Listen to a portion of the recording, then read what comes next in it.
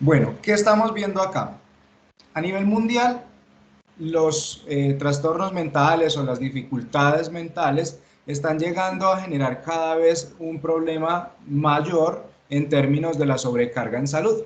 ¿Por qué estamos viendo esto? Porque resulta, pasa y acontece que nuestras altas jornadas de trabajo, nuestra insatisfacción con las actividades que desarrollamos, sumado a la precariedad que en algunos momentos, algunos entornos desfavorables empiezan a mostrar cierto grado de determinantes sociales en salud para las personas, empiezan a tener un papel determinante en el mantenimiento y el surgimiento de las enfermedades mentales. Entonces, aquí tenemos tres casos muy sencillos. Básicamente estamos hablando de que la depresión a nivel mundial tiene 334 millones de personas, ¿sí?, diagnosticadas efectivamente, más el sesgo que nos queda por fuera, porque recordemos siempre que la salud mental todavía sigue siendo un estigma.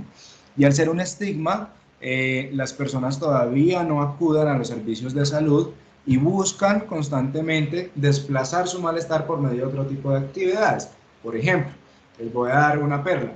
La mayoría de las personas, cuando tienen episodios depresivos o ansiosos, tienden o tendemos a buscar el refugio en el trabajo. Entonces son esas personitas que están trabajando 10, 11, 12, 13, 14 horas al día. Entonces nos empezamos a preguntar, venga, yo como líder, ¿será que la sobrecarga que está teniendo esta persona es muy alta?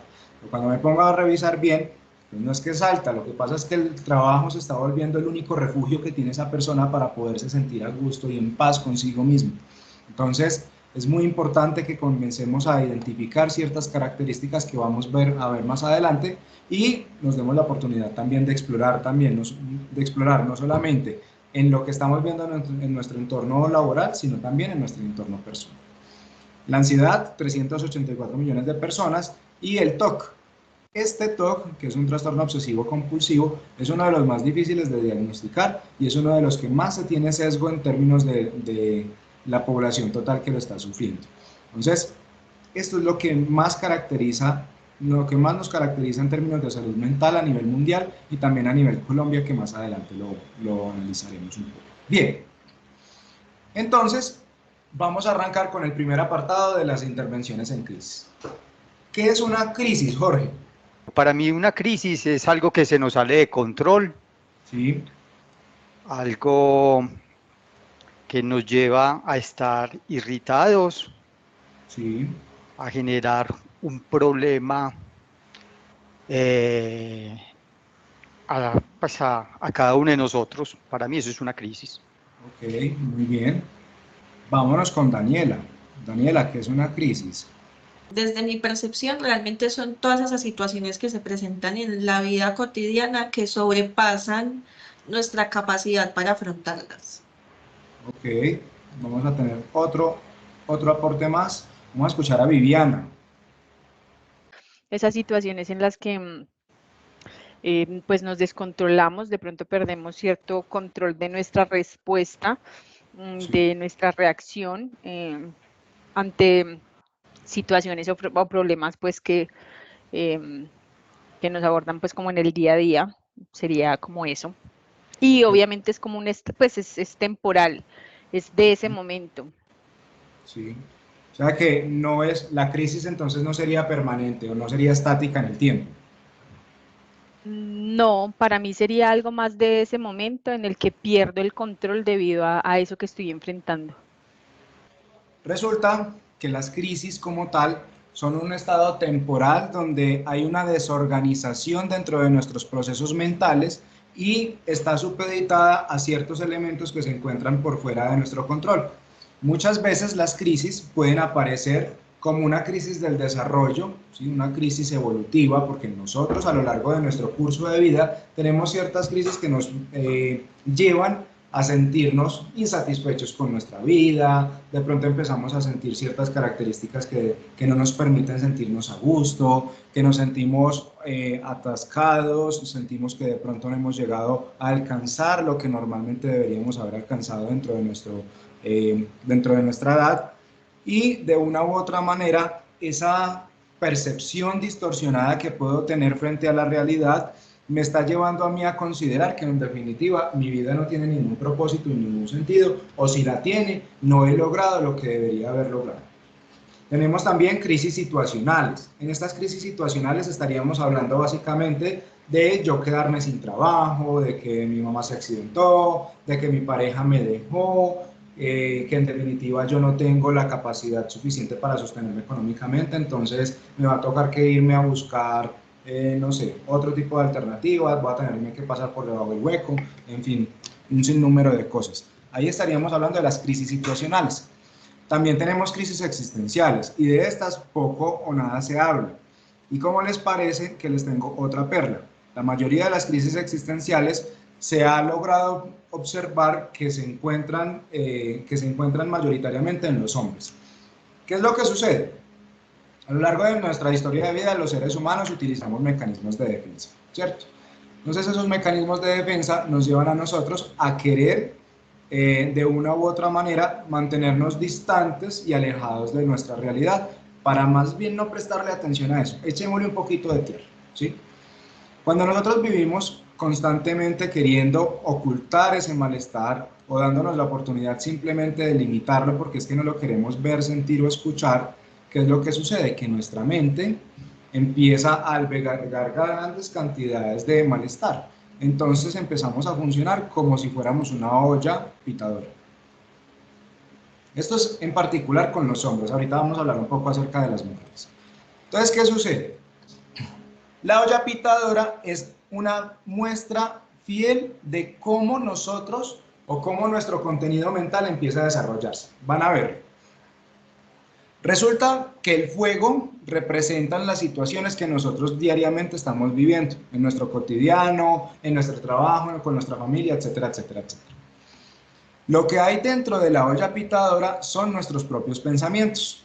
Esos pensamientos comienzan a generarse y se vuelven una bola de nieve gigante si nosotros no empezamos a darle una gestión. Entonces ustedes se preguntarán, bueno, ¿y cómo hago para darle gestión? Pues para eso está el pito.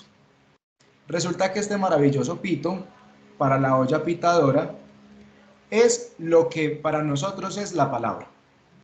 Verán, cuando yo estoy viviendo grandes cargas de malestar y de molestia, y las personas acuden a psicoterapia, muchas veces creen que lo que está generando el cambio es el psicólogo, y no.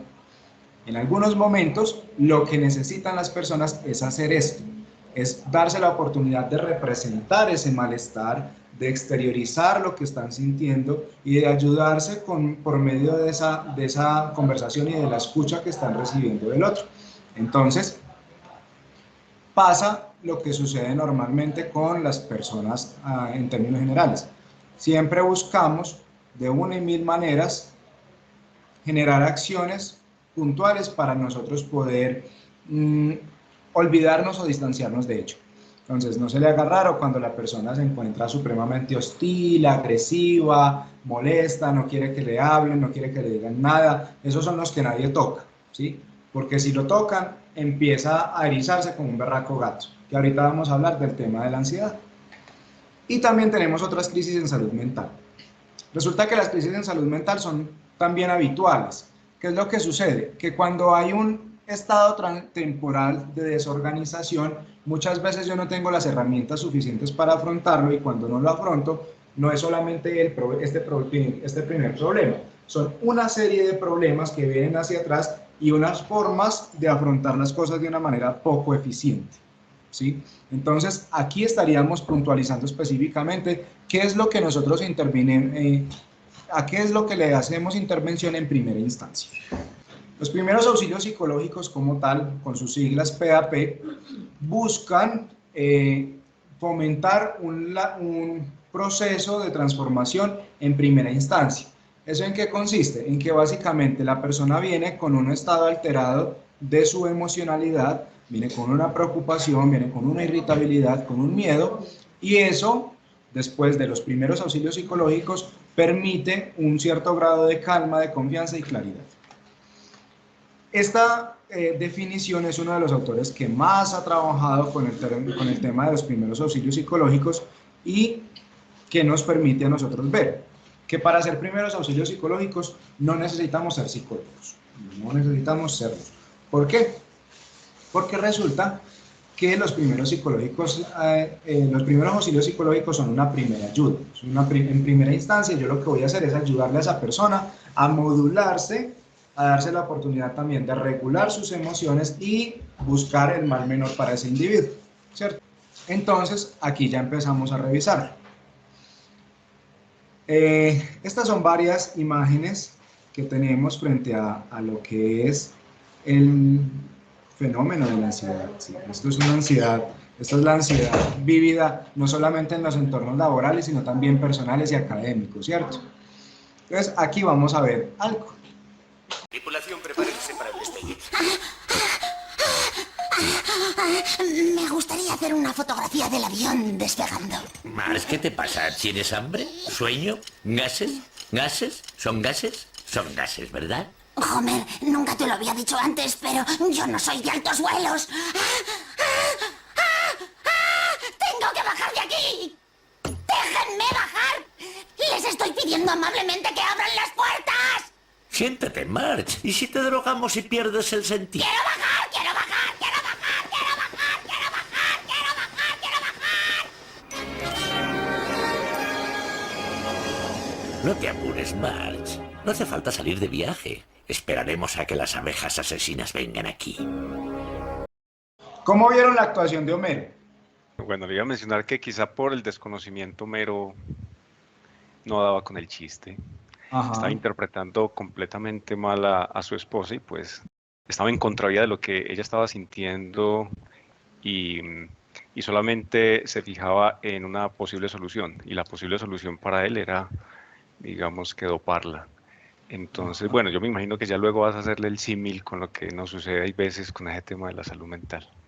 Efectivamente, ahí todo está mal, ¿sí? O sea, lo que vieron ahí, no se puede hacer, no lo necesitamos, definitivamente nos va a generar un mal menor. Pero entonces yo quiero preguntarles, ¿ustedes han hecho alguna vez esta pregunta? ¿Por qué existe mayor prevalencia en mujeres que en hombres respecto a la ansiedad? ¿Por qué se ve más ansiedad en las mujeres? Creemos, o en parte creo que de pronto el tema hormonal, el tema de responsabilidades de los hijos, de pronto comparten más tiempo con ellos y todo eso.